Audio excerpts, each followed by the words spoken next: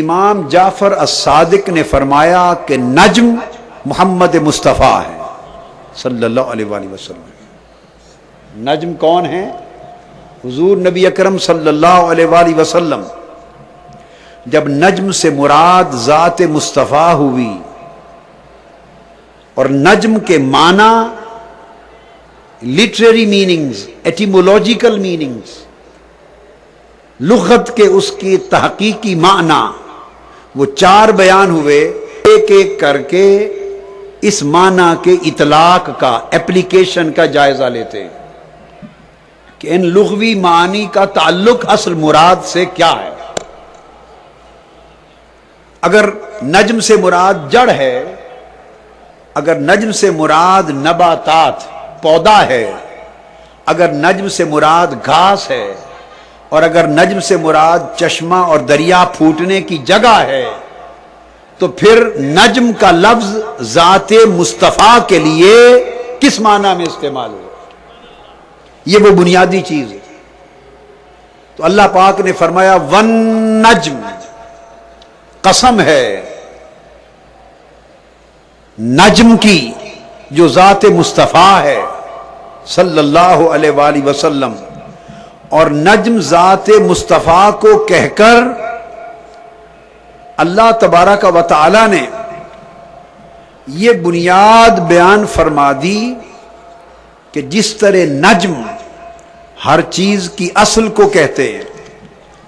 ہر چیز کی جڑ کو کہتے ہیں، تو میرے حبیب میں نے تجھے نجم کی شان عطا کی ہے کہ تو ساری کائنات کی اصل ہے۔ میں نے تجھے نجم کائنات بنایا میرے حبیب، میں نے آپ کو نجم خلائق بنایا، میں نے آپ کو نجم ارض و سما بنایا، میں نے آپ کو نجم کل خلق بنایا۔ یہ ساری کائنات، یہ عرش، یہ فرش، یہ لوح، یہ قلم، یہ زمین، یہ آسماں، یہ ہوائیں، یہ فضائیں، یہ دریا، یہ سمندر، یہ شرق، یہ غرب، یہ شمال، یہ جنوب، یہ تحت، یہ فوق، یہ جو کچھ میں نے کائنات میں بنایا ہے، خواہ اس کا تعلق عالم بالا سے ہے، خواہ اس کا تعلق عالم پست سے ہے، خواہ وہ عالم شجر و حجر سے ہے، خواہ وہ عالم جن سے ہے، خواہ وہ عالم انس سے ہے، خواہ وہ عالم ملائک سے ہے، میرے محبوب یہ ساری مخلوقات تنے کی طرح بنی، شاخوں کی طرح بنی، پھلوں کی طرح بنی، پتوں کی طرح بنی، سب کچھ بعد میں بنا، اور ساری کائنات کی اصل، ساری کائنات کی جڑ اور ساری کائنات کی بنیاد، جس کی ذات سے میں نے ہر شے کی ابتدا کی، وہ وجود مصطفیٰ ہے۔